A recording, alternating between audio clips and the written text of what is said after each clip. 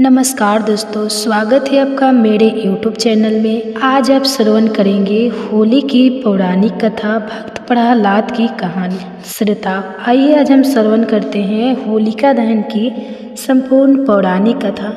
होलिका दहन भारतीय संस्कृति और हिंदू धर्म का एक महत्वपूर्ण पर्व है जो बुराई पर अच्छाई की विजय का प्रतीक है। यह पर्व फाल्गुन मास की पूर्णिमा को मनाया जाता है।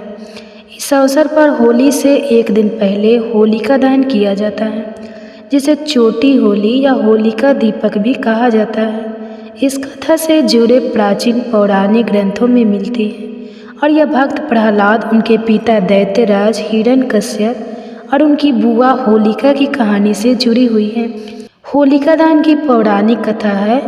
प्राचीन काल में एक महान असुर राजा हिरण्यकश्यप हुआ। वह बहुत शक्तिशाली था और उसने देवताओं को पराजित करके स्वर्ग, धरती और पाताल तीनों लोकों पर अपना आधिपत्य जमा लिया। वह चाहता था कि पूरा संसार उसकी पूजा करे और स्वयं को भगवान मानने लगा। राजा हिरण्यकश्यप ने कठोर तपस्या की और भगवान ब्रह्मा को प्रसन्न कर वरदान प्राप्त किया। उसने वरदान में यह मांगा, न मैं किसी मनुष्य द्वारा मारा जाऊँ, न किसी पशु द्वारा, न मुझे कोई देवता मार सके, न कोई राक्षस, न मैं दिन में मरूं न रात में, न मैं घर के भीतर मरूं न बाहर, न किसी अस्त्र से मारा जाऊं न किसी शस्त्र से, न मैं आकाश में मरूं न पृथ्वी पर। भगवान ब्रह्मा ने उसका वरदान स्वीकार किया और उसे अमरता जैसा आशीर्वाद मिला। इसके बाद हिरण्यकश्यप और भी अहंकारी हो गया और अपने राज्य में भगवान विष्णु की पूजा पर प्रतिबंध लगा दिया। भक्त प्रहलाद का जन्म और भगवान विष्णु में श्रद्धा। हिरण्यकश्यप का एक पुत्र हुआ जिसका नाम प्रहलाद था। प्रहलाद शुरू से ही भगवान विष्णु का परम भक्त था।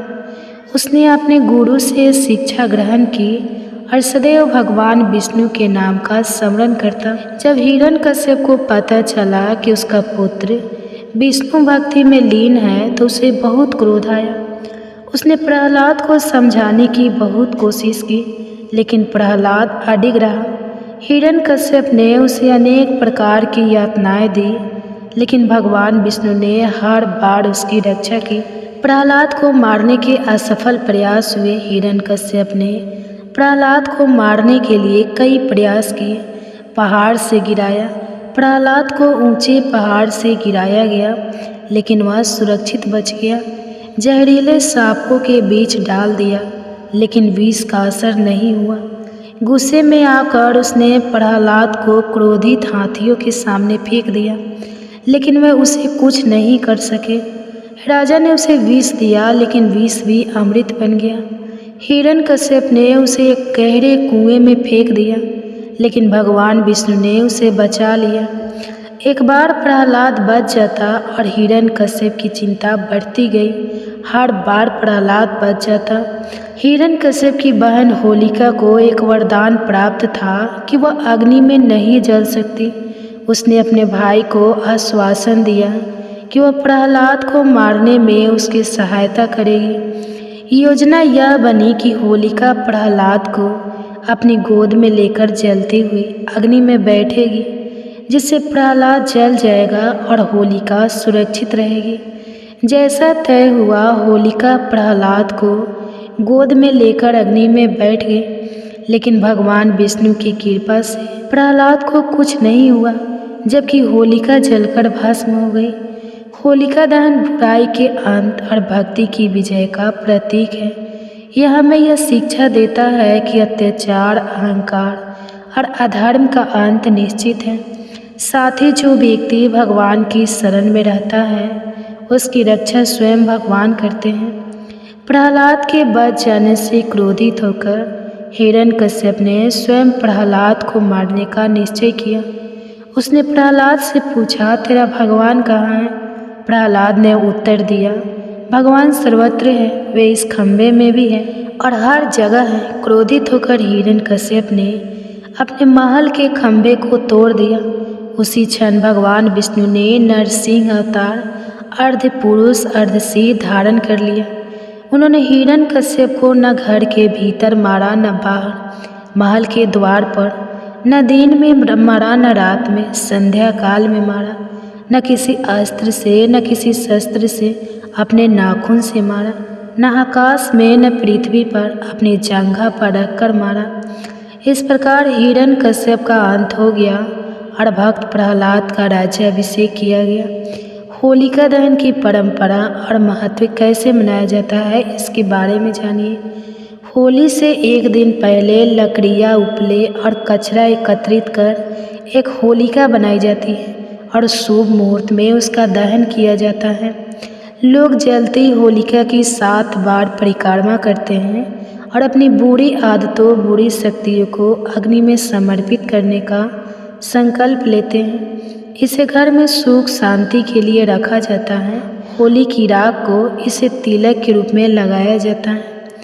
सामाजिक और आध्यात्मिक संदेश है। बुराई का यह पर्व हमें यह सिखाता है कि अधर्म, अहंकार, अन्याय की आयु सीमित होती है, धर्म की विजय होता है। भगवान हमेशा अपने भक्तों की रक्षा करते हैं। सदाचार और भक्ति, प्रहलाद की भक्ति हमें ईश्वर में अटूट विश्वास रखने की प्रेरणा देती है। होलिका दहन केवल एक धार्मिक अनुष्ठान नहीं है, बल्कि एक महान पौराणिक कथा का प्रतीक है जो धर्म, भक्ति और सत्य की विजय को दर्शाता है। यह हमें यह सिखाता है कि कोई भी शक्ति भगवान की इच्छा से बड़ी नहीं हो सकती।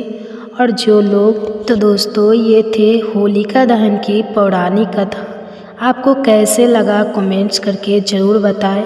अगर कहानी अच्छी लगी हो तो वीडियो को लाइक करें और कमेंट्स बॉक्स में हरे कृष्णा ज़रूर लिखें। और साथ ही हमारे चैनल पर नए हैं तो चैनल को सब्सक्राइब करके बेल आइकन को ऑन कर लें, ताकि ऐसे ही वीडियो के नोटिफिकेशन आपके पास सबसे पहले पहुंचे।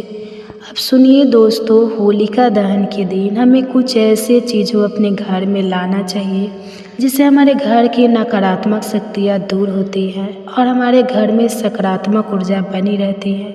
और साथ ही हम जानेंगे होलिका दहन के राख के उपाय के बारे में, जिसे राख के हमारे समाज में बहुत ही पवित्र माना जाता है। होली की राख से कुछ उपाय के बारे में हम जानेंगे, कुछ टोटके के बारे में जानेंगे, जिसे करने से हमारे घर में बुरी शक्तियों का नाश होता है और हमारे घर में सकारात्मक ऊर्जा प्रवेश करती है। तो साथ ही हमारे वीडियो में अंत तक बने रहें। तो चलिए शुरू करते हैं होली की राख के उपायों के बारे में। श्री शिवाय नमस्तुभ्य। आप सभी का स्वागत है मेरे यूट्यूब चैनल अनकाबे स्टोरी में। हम सबको पता है कि 13 मार्च को होलिका दहन का बहुत ही विशेष सा दिन है, जिस दिन होलिका जलाई जाती है। होलिका की जो राख होती है वो अपने आप में एक अमृत के समान होती है। और इसलिए अगर आपके जीवन में कष्टों का भरमार है, बहुत उपाय सब कुछ कर रहे हो, तो साल में एक बार आती है होलिका दहन और साल में एक बार आता है होली। यह मौका अगर आपने छोड़ा तो 365 दिन के बाद ही फिर यह मौका मिलेगा। इसलिए एक कांच की बोतल चाहिए और राख थोड़ी सी चाहिए होलिका के इस उपाय को करने के लिए। इस वीडियो को इसलिए 3 दिन पहले बना रहा हूँ ताकि आपको चीज़ें आसानी से समझ में आ पाएँ। देखो, सबसे पहले नियम समझ लेते हैं इस उपाय का। ये उपाय स्पेशली किसके लिए है? हमारे घर के कष्टों के लिए है। जैसे घर के कष्ट दूर नहीं हो रहे हैं, आप कभी भी किसी भी काम के लिए घर से बाहर जाते हो, चाहे वो आप हो, आपके हस्बैंड हो, आपकी वाइफ हो, आपके बच्चे हो, माँ बाप हो, भाई बहन हो, कोई भी हो ना, घर से बाहर जा रहा है, कोई भी काम उनका बनता नहीं है, तो आप इस उपाय को ज़रूर करेंगे। इसके लिए आपको इंतज़ार करनी पड़ेगी जिस समय होलिका जल जाए। ऐसा नहीं कि जिस टाइम पे होलिका जल रही हो तब आपको उपाय करना है।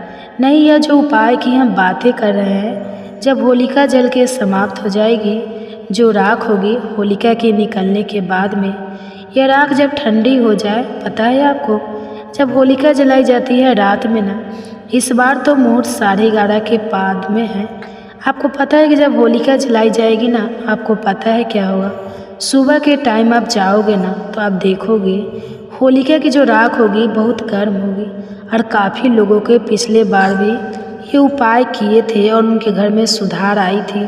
थोड़ा सा दिमाग लगा के काम किया करो, हल्का सा टच कर लो कि अरे गर्म हो तो किसी कपड़े से टच कर लो, किसी छोटी सी प्लास्टिक ले लो, कुछ भी कर लो, या फिर आसपास के एरिया में जहाँ पे जो होलिका की राख को ठंडी हो जाए ना, उस ठंडी राख को अपनों लेना है, ठीक है ना।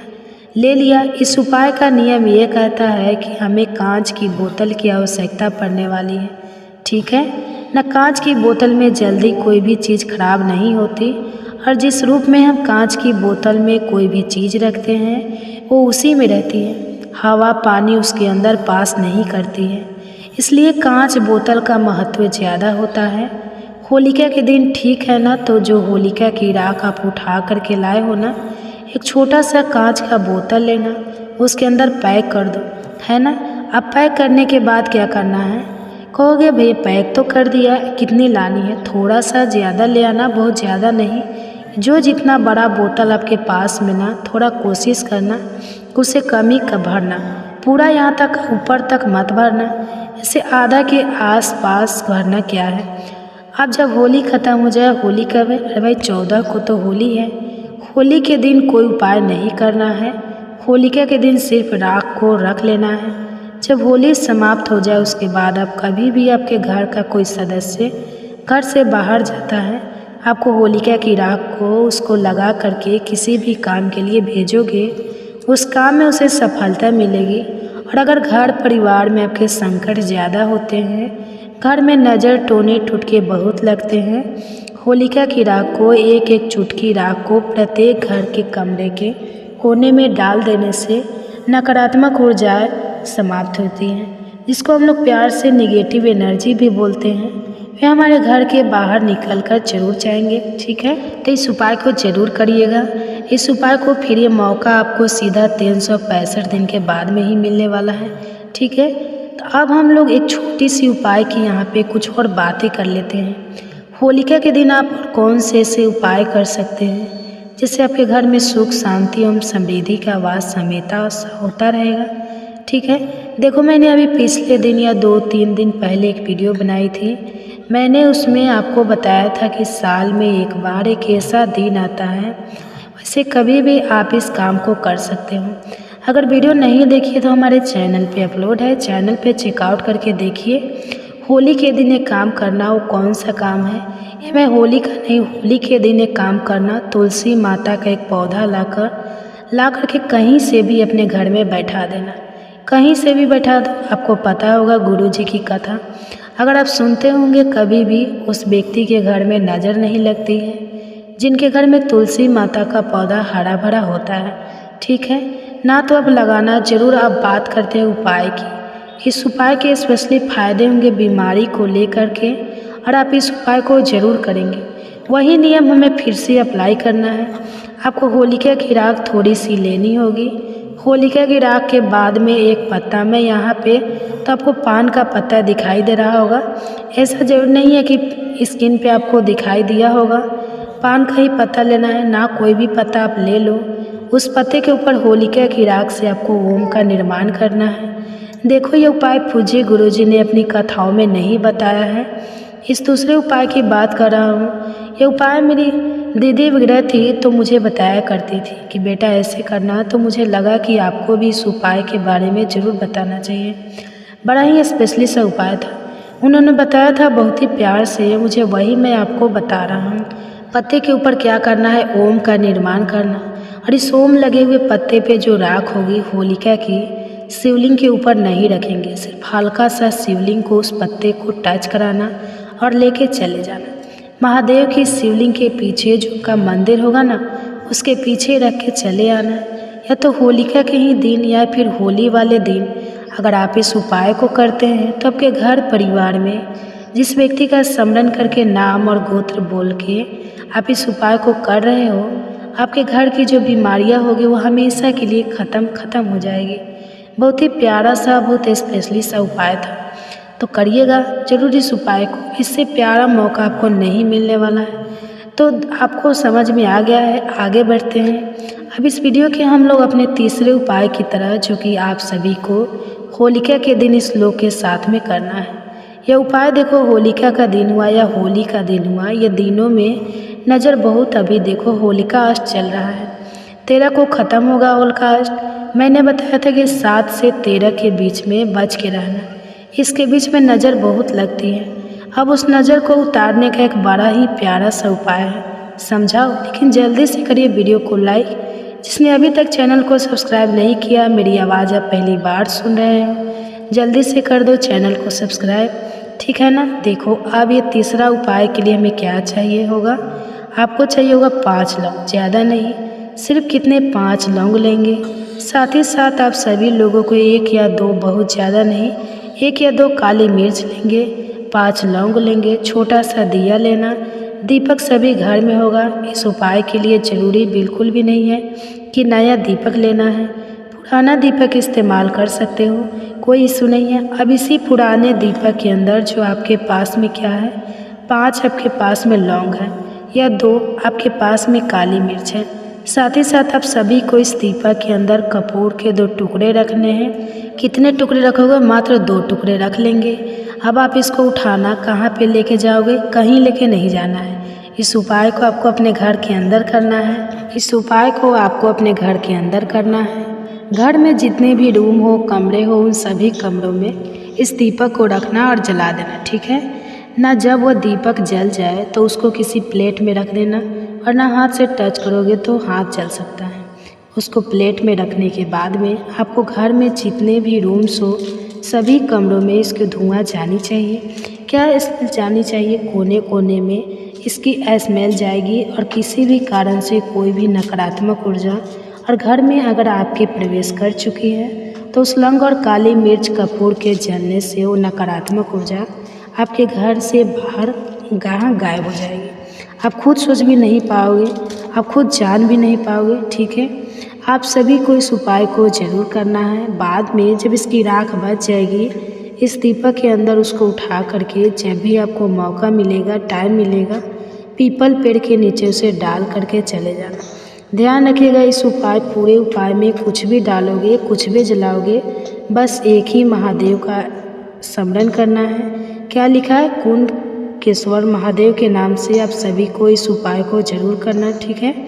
3 उपाय समझ में आ गए। आगे बढ़ते हैं अब इस वीडियो के सबसे आखिरी और बहुत स्पेशल से उपाय की, जो कि हमें मौका मिलता है 365 दिन में मात्र एक बार करने का। इस उपाय को ठीक ना समझने की कोशिश करते हैं। ये उपाय स्पेशली होगी आपकी इच्छा की पूर्ति के लिए। जैसे घर में किसी भी प्रकार से संकट चल रही हो, या फिर आपका कोई काम बन नहीं रहा हो, आपकी कोई ऐसी कामना है जो बहुत दिनों से अधूरी है, तो थोड़ा सा लीजिएगा अबीर। अब होली का दिन है तो अबीर गुलाल तो घर में रहेगा ही। अबीर लेना, थोड़ा सा अबीर लेने के बाद में आप सभी को इस प्रकार से क्या लेना होगा, इस इत्र लेना है। मेरी बात सुनिए, क्या लेना है? इत्र, बहुत ज़्यादा नहीं, थोड़ा सा इत्र लेंगे। फिर तांबे का लोटा लेंगे, उसके अंदर जल भरेंगे और फिर महादेव के शिवलिंग के पास पहुंच जाएंगे। फेस रखना उत्तर दिशा। डेक जो आपके पास में इत्र है, पहले इत्र का लेपन महादेव के शिवलिंग के ऊपर करेंगे। कर दिया, करने के बाद में जो आपके पास में क्या है, अबीर गुलाल जिस भी रंग का, जिस भी कलर का है, अब अपनी मनोकामना अपने विशेष कहते हुए एक नाम बोलना है। और कौन सा नाम है बताओ भाई? चंपे महादेव होलिका के दिन चंपेश्वर महादेव का नाम लेकर के इत्र के ऊपर गुलाल अबीर का लेपन करके और एक लोटा जल अगर हम अपनी मनोकामना कह के समर्पित करते हैं, फिर हमको कभी भटकने की आवश्यकता नहीं पड़ती। हमारी वर्षों पुरानी जो इच्छा होती है ना, जो मनोकामना होती है, वो बहुत ज़्यादा जल्दी पूरी जरूर हो जाती है। तो मैंने कोशिश की आप सभी लोगों को होलिका दहन के दिन करने वाले बहुत ही प्यारे से स्पेशल से उपाय के समझाने की। वीडियो पसंद आई हो तो लाइक करिएगा। कुछ पूछना है नीचे कमेंट सेक्शन में पूछें। और मेरे जितने भी भाई बहन आवाज़ आज मेरी पहली बार सुन रहे हैं, चैनल को ज़रूर सब्सक्राइब करेंगे। श्री शिवाय नमस्तुभ्यं। भक्तों, चाहे कुछ भी हो जाए, लेकिन इस बार होलिका दहन के दिन होली की अग्नि में घर की यह एक चीज़ चुपचाप जरूर डाल देना। देखते ही देखते बन जाओगी अब धनवान।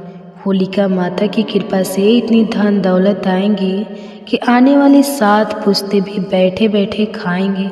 जी हाँ दोस्तों, आज की इस वीडियो में हम जिन चीज़ों के बारे में बताने वाले हैं, उन चीज़ों को होली की अग्नि में डालने से घर में सुख, शांति और समृद्धि आती है। यहाँ तक कि वास्तुशास्त्र में भी इन चीज़ों का वर्णन किया गया है। अगर इन चीज़ों को अपनाकर होलिका दहन के दिन करते हैं तो आपकी किस्मत पूरी तरह से बदल सकती है। यानी कि भक्तों, होली की रात को साधना की रात कहा जाता है। इस दिन किया गया कोई भी उपाय कभी भी बेकार नहीं जाता और इस बार की होली पूरे के पूरे 144 वर्षों के बाद दुर्लभ संयोग में पड़ रही है, जिससे कि इसका महत्व और भी बढ़ गया है। और यदि आप भी हमारे बताए गए अनुसार होली की अग्नि में बिना किसी को बताए इन खास चीज़ों को डाल देते हैं तो आपके घर में इतनी धन दौलत आएंगी कि उसे संभालना तक नहीं पाओगे। देखिए दोस्तों, बात ऐसी है कि हमारा काम तो है सलाह देने का, हम तो केवल सलाह ही दे सकते हैं।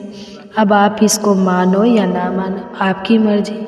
लेकिन एक बात चलते चलते ज़रूर कहेंगे कि अगर आप हमारी बातों को समझकर अपने जीवन में लागू कर लेंगे तो यकीन मानिए आपका बेड़ा पार हो जाएगा। साथ ही भक्तों, हम आपको इस वीडियो में यह भी बताएंगे कि ऐसी कौन सी 7 चीज़ें हैं जो होली की अग्नि में भूल कर भी नहीं डालनी चाहिए। वास्तुशास्त्र में कुछ ऐसी चीज़ों का जिक्र किया गया है जिन्हें होली की अग्नि में डालने से बचना चाहिए। अगर आप इन चीज़ों को बिना सोचे समझे होली की आग में डालते हैं तो इसका आपके जीवन पर बुरा असर पड़ सकता है और घर में गरीबी या कंगाली भी आ सकती है। कई बार लोग बिना जानकारी के, बिना ज्ञान प्राप्त किए कुछ ऐसी चीज़ें होली की आग में डाल देते हैं जिनका उनके जीवन पर नकारात्मक प्रभाव पड़ता है। उन्हें यह तक नहीं पता होता कि इन चीज़ों को होली की आग में जलाने से घर की हालत भी खराब हो सकती है। तो दोस्तों, आज की इस वीडियो में हम आपको बारी बारी से बताएंगे कि कौन सी चीज़ें होली की अग्नि में डालनी चाहिए और कौन सी चीज़ों को बिल्कुल नहीं डालना चाहिए। इससे आपका जीवन बेहतर हो सकता है और घर में सुख शांति बनी रहती है। पूरी जानकारी के लिए इस वीडियो को अंत तक ज़रूर देखें ताकि आप होली के दिन अनर्थ काम करने से बच सकें।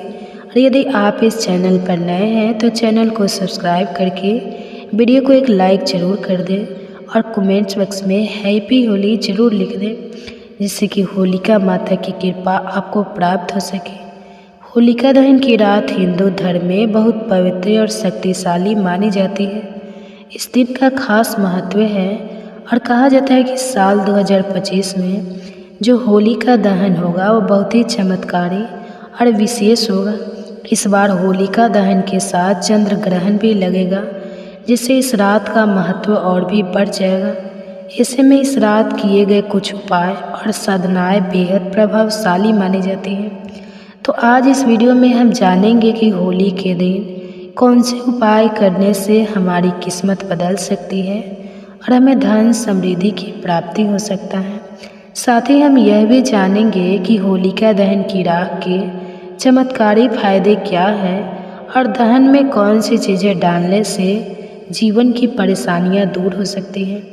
इस विशेष अवसर पर भगवान विष्णु और उनके नरसिंह अवतार की कृपा प्राप्त करने के लिए कुछ विशेष उपाय करने की सलाह दी जाती है। इस वीडियो में हम आपको इस उपायों के बारे में पूरी जानकारी देंगे, तो कृपया वीडियो को अंत तक देखें ताकि आप यह सब जान सकें। चलिए भक्तों, सबसे पहले हम आपको होलिका दहन की सही डेट और टाइम बता देते हैं। भक्तों, पंचांग के अनुसार इस साल फाल्गुन पूर्णिमा तिथि 13 मार्च गुरुवार को सुबह 10:36 से शुरू होगी और 14 मार्च शुक्रवार को दोपहर 12:01 पर समाप्त होगी। क्योंकि चंद्रोदय 13 मार्च को ही होगा, इसलिए पूर्णिमा का व्रत 13 मार्च गुरुवार को रखा जाएगा। होलिका दहन 13 मार्च गुरुवार को होगा। अगले दिन 14 मार्च शुक्रवार को रंगों वाली होली खेली जाएगी। भद्राकाल की बात करें तो पूर्णिमा लगते ही भद्राकाल भी शुरू हो जाएगा। भद्राकाल 13 मार्च गुरुवार को सुबह 10:36 से लेकर देर रात 11:07 तक रहेगा, 26 मिनट तक रहेगी। ऐसे में होलिका दहन भद्रा खत्म हो जाने के बाद किया जाएगा। होलिका दहन का शुभ मुहूर्त 13 मार्च गुरुवार को रात 11:26 से लेकर मध्य रात्रि 12:35 तक रहेगा। भक्तों, होलिका का पूजन और दहन हमेशा शुभ मुहूर्त में ही करना चाहिए। अशुभ समय में किया गया होलिका दहन जीवन भर परेशानियों को बुलावा दे सकता है। चलिए भक्तों, अब हम इस वीडियो पर ज़्यादा बकवास ना करते हुए सबसे पहले यह जान लेते हैं कि होलिका दहन की अग्नि में कौन सी चीज़ें हमें नहीं डालना चाहिए, जिससे कि हम किसी अनहोनी से बच सकें। भक्तों, पूज्य गुरु जी कहते हैं कि होली का त्यौहार खुशियों और रंगों का होता है, लेकिन क्या आप जानते हैं कि होली की अग्नि में कुछ चीज़ें डालने से आपके जीवन पर नकारात्मक असर पड़ सकता है। वास्तुशास्त्र के अनुसार कुछ चीज़ें हैं जिन्हें होली की आग में डालने से आपको नुकसान हो सकता है। अगर आप इन चीज़ों को होली की अग्नि में डालते हैं तो इससे घर में गरीबी आ सकती है और जीवन में परेशानियां बढ़ सकती हैं। अक्सर लोग बिना जाने समझे होली की आग में कई चीज़ें डाल देते हैं जिनका जीवन भर गलत असर पड़ता है। इस वीडियो में हम आपको बताएंगे कि वो कौन सा चीज़ें हैं जिन्हें आपको होली की अग्नि में भूलकर भी नहीं डालना चाहिए। साथ ही हम यह भी बताएंगे कि कौन सी चीज़ें डालना आपके लिए शुभ हो सकती है, ताकि आपके जीवन में खुशहाली और समृद्धि बनी रहे। हम आपको पूरी जानकारी देंगे ताकि आप इस होली के पर्व को सही तरीके से मनाएं और ऐसी कोई भी गलती ना करें जो आपके जीवन में बुरे प्रभाव डाल सके। इसलिए इस वीडियो को अंत तक ज़रूर देखें और अगर आप इस चैनल पर नए हैं तो वीडियो को लाइक करके चैनल को सब्सक्राइब कर ले और कमेंट्स बॉक्स में आप अपनी राशि या अपने शुभ नाम को जरूर लिख दें, ताकि हम आपकी भाग्य में चल रही परेशानियों से संबंधित कुछ उपाय बता सकें। भक्तों, पूज्य गुरु जी कहते हैं कि हर साल की तरह होली की अग्नि में कुछ खास सावधानियों का पालन करना बहुत ज़रूरी है, ताकि आप खुद को और अपने परिवार को किसी भी तरह के नकारात्मक प्रभाव से बचा सकें। इस वीडियो में हम विस्तार से बताने वाले हैं कौन सी चीज़ें डालने से बुरे परिणाम हो सकते हैं और कौन सी चीज़ें डालने से घर में सुख समृद्धि आएगी। तो आइए भक्तों, जानते हैं होली की अग्नि में क्या डालना चाहिए और क्या नहीं। अब जब आप होली की अग्नि में अनाज अर्पित करें तो ध्यान रखिए कि वह पूरा और ताज़े पत्तों से ढका हुआ हो। कभी भी टूटा या खराब अनाज ना डालें, क्योंकि इससे होली माता का आशीर्वाद नहीं मिलेगा, बल्कि इससे नकारात्मक प्रभाव हो सकता है। पूजा में हमेशा शुद्ध और संपूर्ण वस्तुओं का उपयोग करें, क्योंकि अधूरी चीज़ों से अधूरा ही फल मिलता है। होली की अग्नि में गन्ना डालना भी बहुत शुभ माना जाता है, लेकिन ध्यान रखें कि गन्ने की संख्या 2, 5, 7, 11 या 21 होनी चाहिए, 3 नहीं। यह संख्या पूजा को विशेष रूप से प्रभावी बनाती है। पानी वाला नारियल कभी ना डालें, ऐसा करने से पाप का सामना करना पड़ सकता है। हमेशा सूखा नारियल अर्पित करें और इस नारियल को पूरे परिवार से स्पर्श करवाकर अग्नि में अर्पित करें। इससे होली माता का आशीर्वाद प्राप्त होता है और घर में कष्ट दूर होते हैं। जो पकवान आपने घर में बनाए हैं उन्हें होली माता को अर्पित करना बहुत शुभ होता है। खासकर गुजिया अर्पित करते समय ध्यान रखें कि उनकी संख्या 3 नहीं होनी चाहिए। आप 2, 5, 11 या 21 गुजिया अर्पित कर सकते हैं, लेकिन 3 कभी ना डालें। होली की अग्नि में गाय के गोबर से बने उपले, हरा चना, गेहूं की ताज़ी बालियां या नई फसल अर्पित करना शुभ होता है। इससे घर में अन्न की कभी कमी नहीं होती।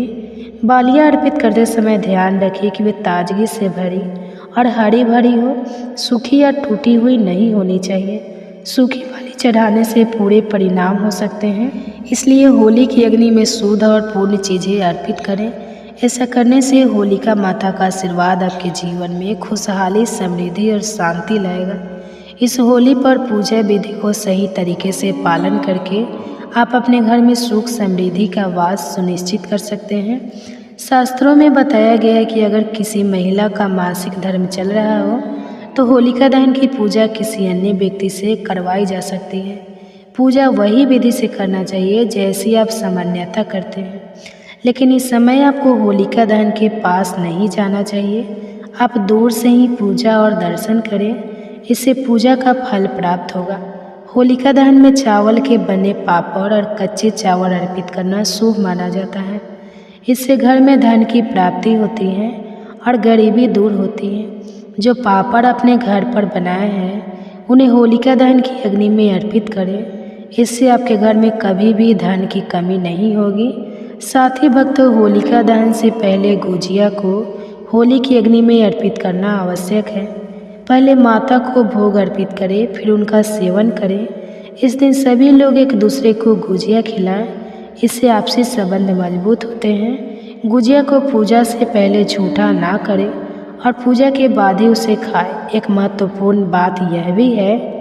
नमस्कार दोस्तों, भक्तों, स्वयं महादेव ने सबसे अपने प्रिय भक्त लंकापति रावण को जीते जी बताया था, दम है तो 14 मार्च पूर्णिमा तिथि यानी कि होली के दिन इस देव वृक्ष को बिना किसी को बताए चुपचाप छूकर इस मंत्र को बोलकर चले आना।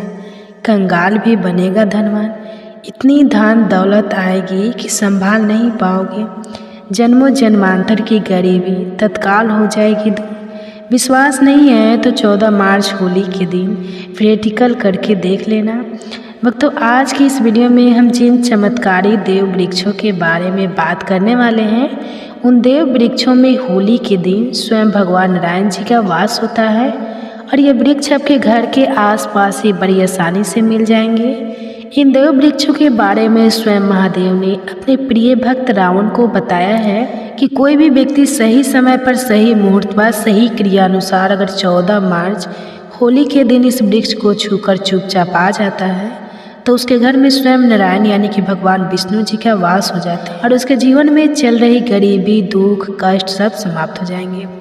जन्म जन्मांतर की गरीबी तत्काल दूर हो जाएगी। आपका भाग्य 7वें आसमान पर चढ़ जाएगा। जहाँ भी जाओगे धन दौलत पीछे पीछे आएगी। तो फिर आपसे एक छोटा सा अनुरोध है कि वीडियो को पूरा देखिए, तभी लाभ की प्राप्ति हो सकती है। इसलिए इस वीडियो को पूरा देखिए। यदि आज आपने इस अनकाबे स्टोरी चैनल को बीच बीच में देखा, काट कर देखा, तो जीवन में आपको कभी भी सफलता हासिल नहीं होगी और आप पूरे साल परेशान ही रहोगे। भक्तों, इस वीडियो में हम आपको ऐसे पेड़ बताएंगे जिन्हें छूने मात्र से आपकी गरीबी तत्काल दूर हो जाएगी। तो हाँ दोस्तों, माँ लक्ष्मी की आप पर ऐसी कृपा होगी कि आने वाले समय में आप धनवान बन जाओगे। अगर आप 14 मार्च होली के दिन ये जो पेड़ मैं बताता हूँ, उन पेड़ों को छूने मात्र से आपकी गरीबी दूर हो जाएगी।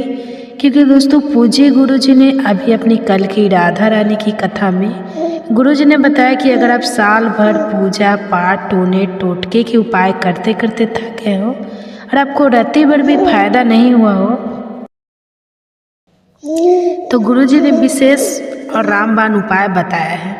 14 मार्च होली इस बार 140 साल बाद दुर्लभ संयोग में आसमान लाल होने वाला है और इस बार 2025 में होली पूरे के पूरे 144 वर्षों बाद महाकुंभ में पड़ने जा रही है। महाकुंभ में आए साधु संत ने भी इन वृक्षों के बारे में बताया है। तो जो पेड़ के बारे में हम आपको बताने वाले हैं, अगर आप उसे हमारे बताए अनुसार सही समय और शुभ मुहूर्त देकर छू लेते हैं तो यकीन मानिए आपके जीवन में कुछ दिनों बाद धन की वर्षा होने लगेगी।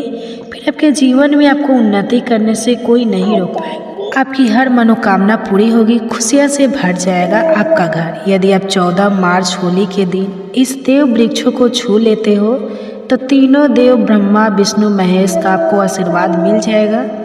अगर आज का यह वीडियो पूरा देख लेते हो तो निश्चित है कि आपके जीवन की सभी समस्याएं समाप्त हो जाएगी। दोस्तों, आप अपने फायदे के लिए इस वीडियो को पूरा देख लीजिए। आपका जीवन इस होली के शुभ अवसर पर ना बदल जाए तो दोस्तों मुझे तो चलिए जानते हैं कि कौन से ऐसे पौधे हैं जिनको 14 मार्च होली के दिन छूकर आ जाना है। लेकिन उससे पहले अगर आप इस चैनल पर नए हैं, वीडियो को एक लाइक जरूर करें। साथ ही आप अपनी राशि या अपने शुभ नाम को कमेंट बॉक्स में जरूर डाल दें, क्योंकि हम आपकी राशि से जुड़ा भाग्य भी बताते हैं और भाग्य में चल रही परेशानियों को तत्काल दूर करने के लिए आसान से आसान उपाय भी बताते हैं। इसलिए आप अपनी राशि कमेंट बॉक्स में जरूर डाल दें। तो चलिए भक्तों, अब हम इस वीडियो पर ज़्यादा बकवास ना करते हुए वीडियो को शुरू करते हैं। देखिए दोस्तों, हिंदी संस्कृति में कई तरह के पौराणिक मान्यताओं को महत्व दिया गया है कि कई ऐसे पेड़ पौधे होते हैं जो कि देव वृक्ष कहे गए हैं और काफ़ी शुभ भी माने गए हैं। प्रकृति में मौजूद कई ऐसे पेड़ पौधे होते हैं जो कि हमारे जीवन में चल रही परेशानी को दूर कर देते हैं, खास बात यह है कि पेड़ पौधे की न सिर्फ लोग पूजा करते हैं बल्कि औषधि के रूप में भी प्रयोग करते हैं। ये कई प्रकार की बड़ी से बड़ी बीमारी को ठीक करते हैं और वेद पुराणों में भी कई प्रकार के पेड़ पौधे का उल्लेख है। भक्तों, यदि आप भी 14 मार्च होली के दिन इन वृक्षों को छू लेते हो तो आपको भगवान विष्णु का ऐसा आशीर्वाद मिलेगा जिससे कि आपके जीवन की समस्त परेशानियां दूर हो जाएगी। दोस्तों देखिए, बात ऐसी है कि हमारा काम तो है सलाह देने का, हम तो केवल सलाह ही दे सकते हैं। अब आप इसको मानो या ना मानो, आपकी मर्जी। लेकिन भक्तों, एक बार जरूर कहेंगे कि अगर मान लोगे तो आपका बेड़ा पार हो जाए। भक्तों, ज्योतिष मान्यताओं के अनुसार गुरु जी ने कहा है कि इस होली के पर्व पर स्वयं भगवान नारायण इस चमत्कारी पौधे पर विराजमान रहेंगे, जिसकी बात आगे हम इस वीडियो में करने वाले हैं।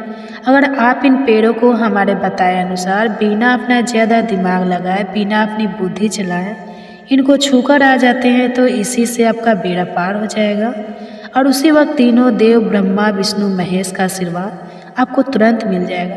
फिर आपको धनवान बनने से स्वयं विधाता भी नहीं रोक पाएंगे। हम उन चमत्कारी को बताने से पहले हम आपको 14 मार्च होली के बारे में जानकारी देते हैं ताकि आपको उन देव वृक्षों को छूने के लिए सही शुभ मुहूर्त का पता लग जाए। आइए जानते हैं होली की सही डेट टाइम का शून्यकाल के बारे में। पंचांग के अनुसार इस वर्ष होली का त्यौहार 14 मार्च 2025 शुक्रवार को मनाया जाएगा। होली का दहन 13 मार्च 2025 गुरुवार की रात को किया जाएगा। फाल्गुन पूर्णिमा तिथि 13 मार्च को सुबह 10:35 से शुरू होकर 14 मार्च को दोपहर 2 बजे से शुरू होकर 12:02 तक रहेगी। होलिका दहन के शुभ मुहूर्त के लिए भाद्रा काल का ध्यान रखना आवश्यक है, क्योंकि भाद्रा काल में होलिका दहन करना शुभ नहीं माना जाता। इस वर्ष 13 मार्च को भाद्रा काल सुबह 10:36 से रात 11:27 तक रहेगा। इसलिए होलिका दहन के लिए शुभ समय रात 11:27 के बाद होगा। 14 मार्च को रंगों की होली खेली जाएगी। इस दिन चंद्र ग्रहण भी लगेगा जो सुबह 9:29 से दोपहर 3:29 तक रहेगा। हालांकि यह ग्रहण भारत में दिखाई नहीं देगा, इसलिए यहाँ सूतक काल मान्य नहीं होगा और आप बिना किसी चिंता के होली का आनंद ले सकते हैं। पूर्णिमा के दिन स्नान, दान और सत्यनारायण भगवान की पूजा का विशेष महत्व होता है। जो लोग व्रत रखते हैं वे 13 मार्च को चंद्रमा को अर्घ्य देंगे और अगले दिन स्नान दान करेंगे। भक्तों, यदि आपको 14 मार्च होली के पेड़ पौधों को छूना है तो किसी भी टाइम आप छूकर आ सकते हो, उसमें कोई भी दिक्कत वाली बात नहीं है। चलिए अब हम आपका ज़्यादा समय बर्बाद ना करते हुए बताते हैं कि कौन कौन से पेड़ पौधे को छूना चाहिए। दोस्तों, हमारे हिंदू धर्म में देवी माता रानी के अनेक स्वरूप कहे गए हैं, जिसमें वृक्षों को भीमा देवी के स्वरूप कहा जाता है। तो आज मैं आप लोगों को ऐसे वृक्ष के बारे में बताऊंगा जिनको 14 मार्च होली के दिन छूना बेहद शुभकारी बताया गया है। होली के दिन में इनको छूने मात्र से शत्रु दोष, कर्ज दोष, गरीबी दोष सब समाप्त होते हैं। होली का दिन भगवान नारायण को प्रसन्न करने के लिए सबसे उपयुक्त दिन माना जाता है और होली के पावन पर्व में कुछ ऐसे वृक्ष हैं जो कि देव वृक्ष कहे गए हैं, देवी वृक्ष कहे गए हैं। यह देवी के स्वरूप होते हैं, माता काली के स्वरूप होते हैं और हमारे धर्म में पेड़ पौधे को देवी देवता मान करके हम इनकी पूजा करते हैं और हमें पूजा भी जरूर करनी चाहिए। विज्ञान भी कहता है पेड़ पौधे मनुष्य को फ्री में प्राण वायु प्रदान करते हैं और पेड़ पौधे में ऑक्सीजन देते हैं और हमारे जो कार्बन डाइऑक्साइड होता है उसे ग्रहण करके सभी प्रकार की जितनी भी नकारात्मक चीज़ें होती हैं उसे अपने अंदर में स्वयं सोख लेता है और हमें ताजगी प्रदान करता है।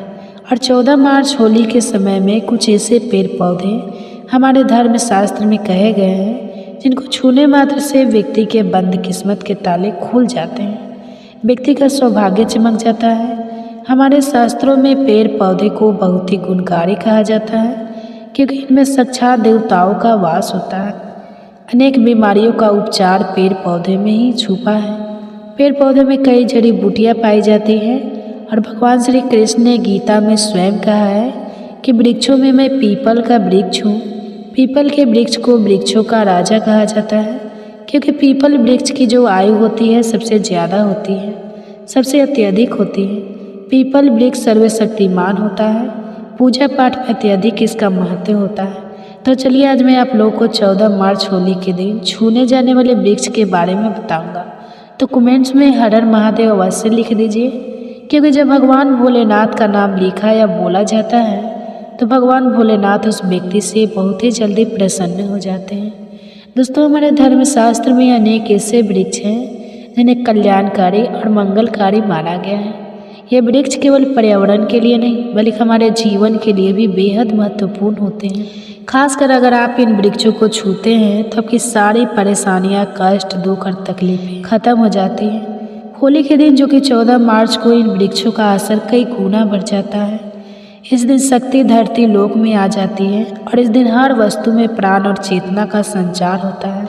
जब ये शक्ति पूरे ब्रह्मांड में फैली होती है तो जितने भी पेड़ पौधे, जीव जंतु और चल अचल वस्तुएं हैं, सब में शक्ति जागृत हो जाती है। इस विशेष समय में अगर आप देवी स्वरूप कहे गए पेड़ पौधों को जाकर छू लेते हैं तब के जीवन के सारे दुख, कष्ट, रोग और परेशानियां समाप्त होते हैं। खासकर काल, सर्प दोष, मंगल दोष, प्राण दोष, राहु दोष जैसी समस्याएं तत्काल अपना असर छोड़ देती है और पूरी तरह समाप्त हो जाती है। दोस्तों, आज मैं आपको 4 से 5 देव वृक्षों के बारे में बताने जा रहा हूँ जिन्हें हमारे धर्मशास्त्र में बहुत महत्वपूर्ण माना गया है। ये चारों वृक्ष आपके जीवन में सुख, समृद्धि और खुशहाली लाने के लिए बेहद प्रभावशाली होते हैं। इसलिए इस वीडियो को ध्यान से देखना, क्योंकि अगर आपके इस बीच में काट कर देखा तो बाद में आपको पछताना पड़ सकता है। 14 मार्च होली का पर्व ऐसा है जब आपको लंबी लंबी पूजा पाठ करने की ज़रूरत नहीं होती। बस अगर आप इन विशेष वृक्षों को होली के दिन सही तरीके से छू लेते हैं और का आशीर्वाद लेते हैं तो आपका सारी समस्या और गरीबी खत्म हो सकती है। ये वृक्ष इतने शक्तिशाली होते हैं कि आप अपनी आंखों से इनका असर देख सकते हैं। और ख़ास बात यह है कि सारे देव वृक्ष आपके आसपास आसानी से मिल सकते, तो आप इन्हें अपने घर के पास ही ढूंढ सकते हैं। अब वीडियो में आगे बढ़ने से पहले अगर आपने अभी तक कमेंट बॉक्स में हर हर महादेव नहीं लिखा है तो कृपया हर हर महादेव ज़रूर लिखें। इससे हमें बहुत अच्छा लगता है जब आप हमारे वीडियो में कमेंट्स करते हैं और उसे लाइक करते हैं। इससे हमारा मनोबल बढ़ता है और हम और भी अच्छी जानकारी आपके लिए लेकर आते हैं। तो अब हम बात करते हैं कि कौन से वे 3 वृक्ष हैं जिन्हें हमें 14 मार्च होली के दिन छूकर आ जाना चाहिए। ये वृक्ष न सिर्फ आपके जीवन को खुशहाल बनाते हैं बल्कि आपकी गरीबी और दुख दर्द को भी समाप्त कर देते हैं। इसलिए मैं चाहूँगा कि आप सब 14 मार्च होली को इन वृक्षों की पूजा जरूर करें और उन्हें छुएं, क्योंकि इस दिन इस वृक्ष की पूजा करने से आपको अनगिनत लाभ मिल सकते हैं। चलिए भक्तों, अब हम जानते हैं कि वे देव वृक्ष कौन से हैं जिन्हें छूने से हमारी गरीबी खत्म हो जाती है और जीवन में सुख समृद्धि का आगमन होता है। पहला वृक्ष है बेल का वृक्ष, जिसे हम खास तौर पर में इस्तेमाल करते हैं। महाशिवरात्रि के दिन बेल का पेड़ सबसे महत्वपूर्ण माना जाता है। भगवान शिव को बेल के पत्ते अत्यंत प्रिय हैं और उन्हें शिवलिंग पर बेल पत्र अर्पित करने से विशेष पुण्य की प्राप्ति होती है। बेल का पेड़ शिव के पूजन के लिए अत्यधिक पवित्र माना जाता है। बेल के पत्तों का उपयोग भगवान शिव के पूजन में विशेष रूप से किया जाता है। बेल वृक्ष माता पार्वती के पसीने से उत्पन्न हुआ और संकट पुराण के अनुसार यह वृक्ष देवी स्वरूप माना गया है, यानी यह नव दुर्गा के स्वरूप है। संकट पुराण की कथा में कहा गया है कि बेल वृक्ष की जड़ में गिरजा तनों में महेश्वरी, शाखाओं में दक्षिणायन, माता पार्वती, फलों में कात्यायनी, फूलों में गौरी, इस वृक्ष के संपूर्ण शरीर में माँ लक्ष्मी जी का वास होता है।